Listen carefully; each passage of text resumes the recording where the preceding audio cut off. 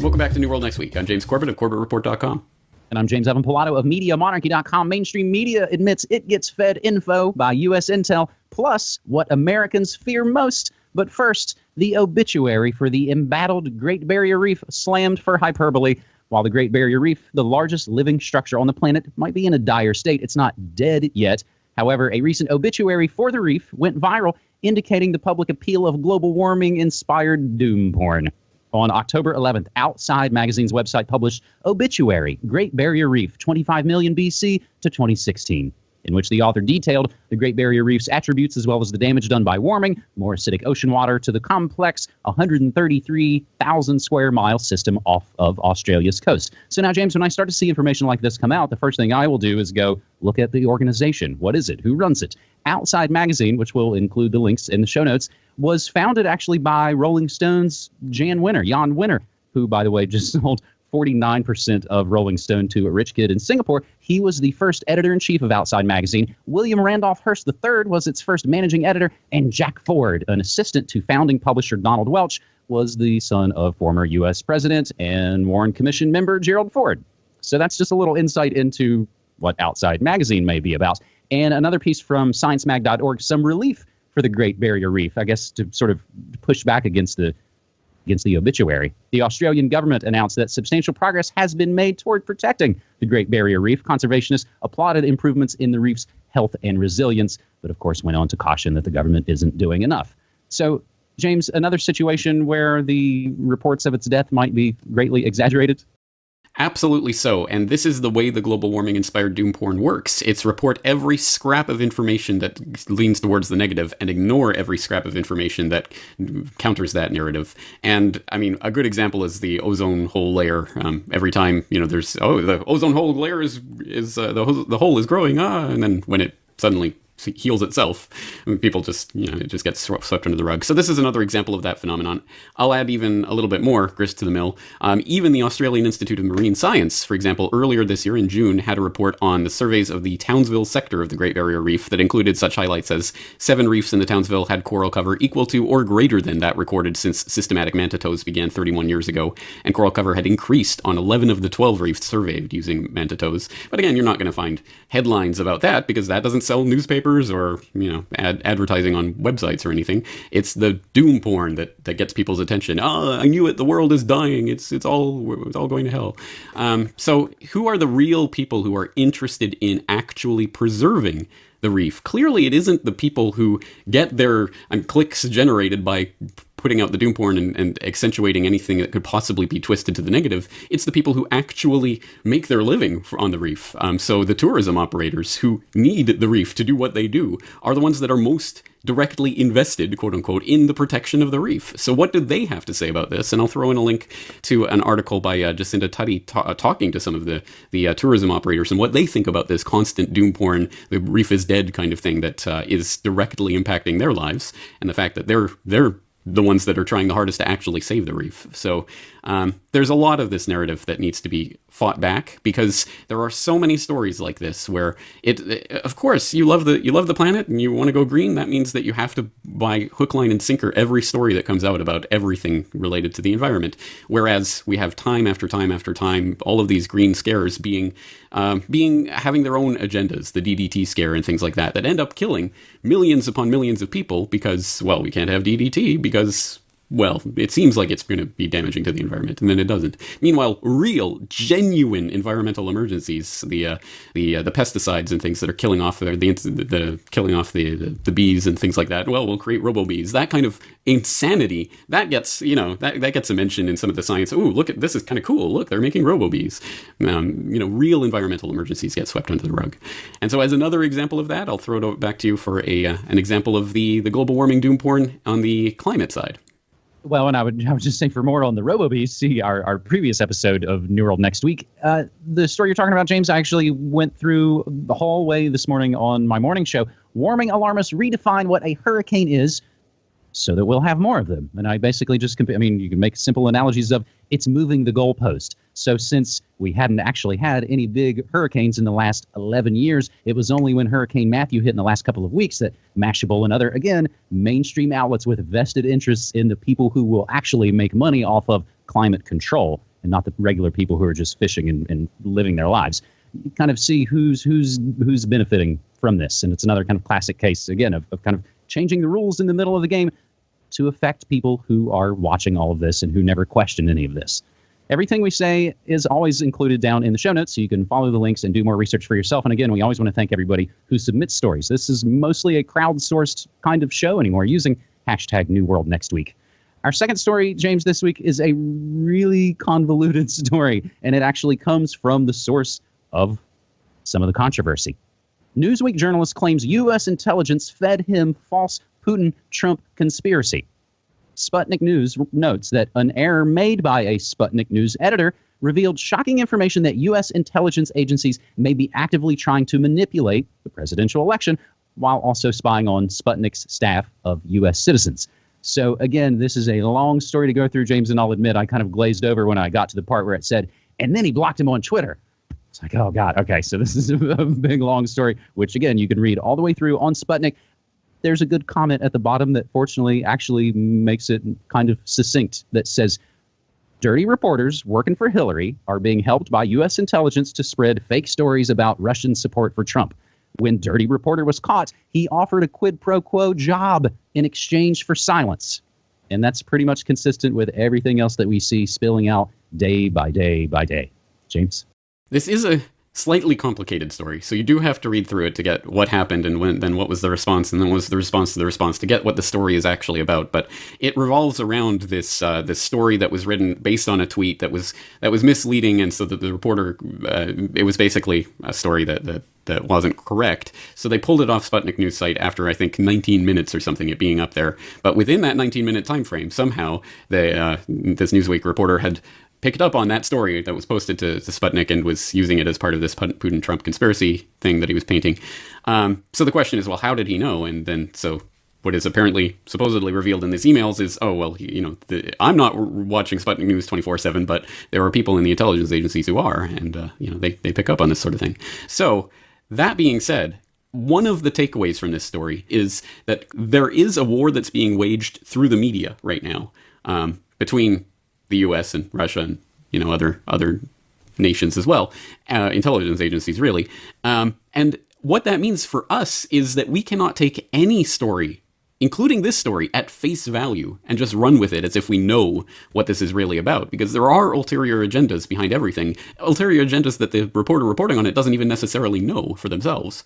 And I think a good example of that, which occurred quite recently, the Russian cyber war. We're going to start a cyber war with Russia. The CIA, everybody, the CIA has a secret plan for confronting the Russians. And I mean, it's so on its face ridiculous. Of course the CIA isn't announcing their super secret cyber warfare plans to the entire world via NBC News. We have to be smart about this. Don't just pick up a story like that and run with it because, look, it's the truth. No, of course there are different motives for reporting different stories in different ways at different times to different audiences, and we have to be savvier about that rather than just running with any story that comes across the news wires. This one included. I mean, how do we know that Moran is portraying this correctly? How do we know what Eichenwald is? I mean, there's layers of obfuscation going on in stories like this that obviously do relate to geopolitical intelligence rivalries and things that are happening behind the scenes that we only but dimly comprehend. So I think we have to be smart about this. Don't run with every story as soon as it appears in the way that it appears. And there's a lot more examples of this, and I think I'll probably put together a video fairly soon on this and why it is important for us to at least hold back on stories like this. And it is interesting to see, though, again, in the alleged exchanges of these emails between Moran and Eichenwald, sort of how quick Newsweek's Eichenwald is to say, well, I'm pretty tight with the U.S. intelligence community. I don't know if it's a brag or a threat or both or hubris or who knows. And James, perhaps this is the third week in a row, I believe, where our main stories are basically advertising. The news as advertising / propaganda. And it all kind of has different target audiences and different kind of market niches, if you will. My other magazine bit for you, James, who's behind Newsweek? That's the musical question that Mother Jones asked back in 2014. And it turns out it's IB Times, International Business Times, one of those new websites that's kind of popped up in the last several years that seems to do pretty decent work as most of the other kind of mainstream media work kind of falls by the wayside. In this article from Mother Jones, they note that the new owners, IB Times, are anxious to hide their ties to an enigmatic religious figure. And what this makes me think of is kind of the schadenfreude, I guess, the shameful joy of watching both phony sides tear each other apart. And I spent a little bit of time earlier today because I hadn't actually watched the videos yet, but the clips coming out from James O'Keefe and the Project Veritas thing are pretty stunning, is the only word I can use. And James, you and I were talking just a little bit off mic, like, stunning, is that? I was like, no, don't get me wrong, I'm not shocked that, of course, they use false flag attacks and incite violence and are rigging the voting and bussing people in, and it's all a fraud and a charade. What's shocking is really the level of criminality on display. I mean, one of the quotes, it doesn't matter what the friggin' legal and ethics people say, we need to win this mother effer.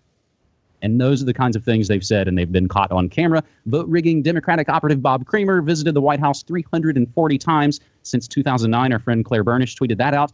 So basically, they are still at least 20 more days left of America's next top president, and there's plenty of paranoia to go around. There's fears about Julian Assange. He's been black-bagged, and he's off to Guantanamo, the clown apocalypse, the purge, plus the last debate, which starts in just a few minutes after we're taping this episode. Add all of that up, and you've got a masterfully manipulated mass of Americans, which leads to our third and final story this week. What do Americans fear most? Chapman University's third annual survey of American fears released.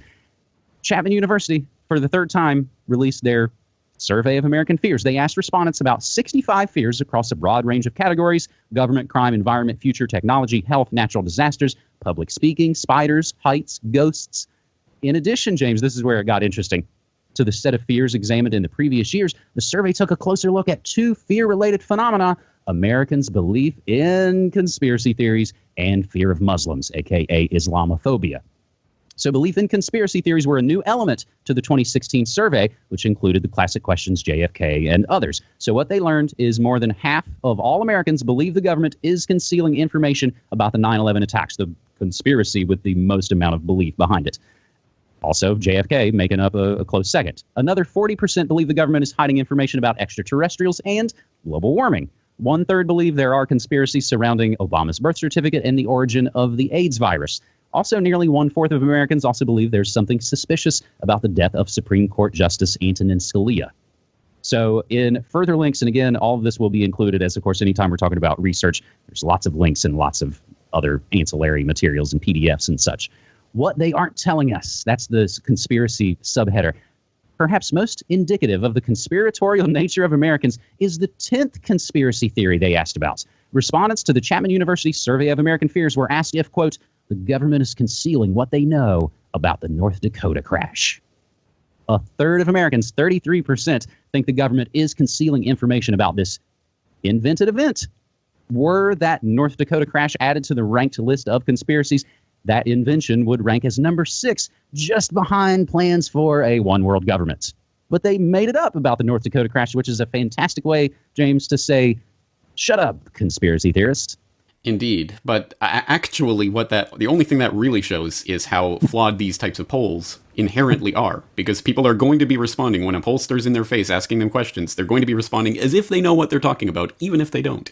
And they're going to give you an answer. So if you give them a misleading question, of course they're going to, well, a lot of people are going to answer it. That is obviously a gotcha that's implanted in there, but I think it says more about the polling and what we can trust about these polls rather than about, the American public's response to this.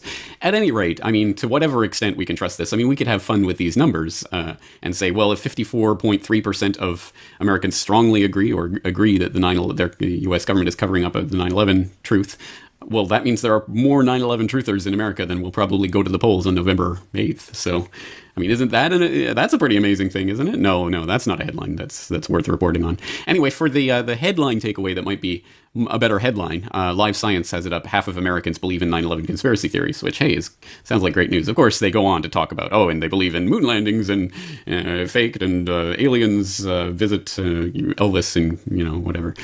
So, of course, they try to lump everything together because if, one conspiracy theory is as stupid as another, right? All of them are equally the same.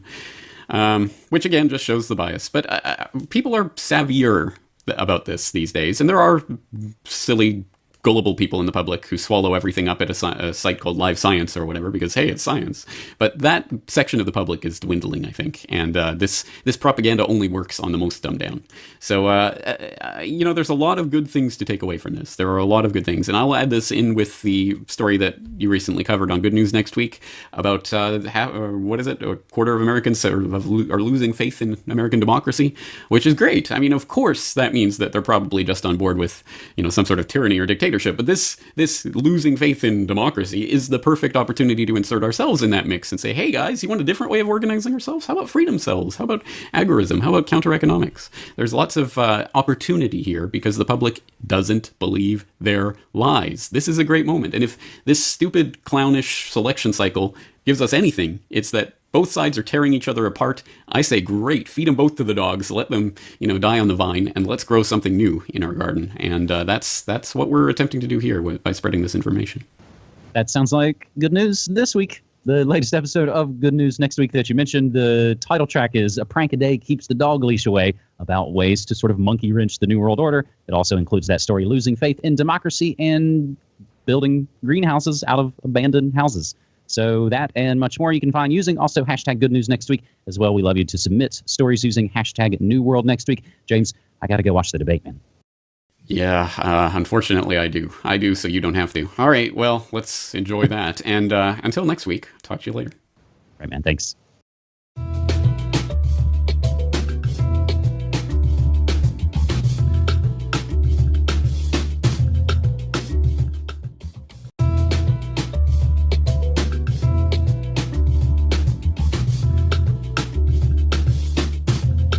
Welcome back to New World Next Week. I'm James Corbett of CorbettReport.com. And I'm James Evan Pilato of MediaMonarchy.com. Mainstream media admits it gets fed info by U.S. intel, plus what Americans fear most. But first, the obituary for the embattled Great Barrier Reef slammed for hyperbole. While the Great Barrier Reef, the largest living structure on the planet, might be in a dire state, it's not dead yet. However, a recent obituary for the reef went viral, indicating the public appeal of global warming-inspired doom porn. On October 11th, Outside Magazine's website published Obituary, Great Barrier Reef, 25 million BC to 2016, in which the author detailed the Great Barrier Reef's attributes as well as the damage done by warming, more acidic ocean water to the complex 133,000 square mile system off of Australia's coast. So now, James, when I start to see information like this come out, the first thing I will do is go look at the organization. What is it? Who runs it? Outside Magazine, which will include the links in the show notes, was founded actually by Rolling Stone's Jan Wenner, who, by the way, just sold 49% of Rolling Stone to a rich kid in Singapore. He was the first editor-in-chief of Outside Magazine. William Randolph Hearst III was its first managing editor, and Jack Ford, an assistant to founding publisher Donald Welch, was the son of former U.S. President and Warren Commission member Gerald Ford. So that's just a little insight into what Outside Magazine may be about. And another piece from sciencemag.org, some relief for the Great Barrier Reef, I guess to sort of push back against the obituary. The Australian government announced that substantial progress has been made toward protecting the Great Barrier Reef. Conservationists applauded improvements in the reef's health and resilience, but of course went on to caution that the government isn't doing enough. So, James, another situation where the reports of its death might be greatly exaggerated?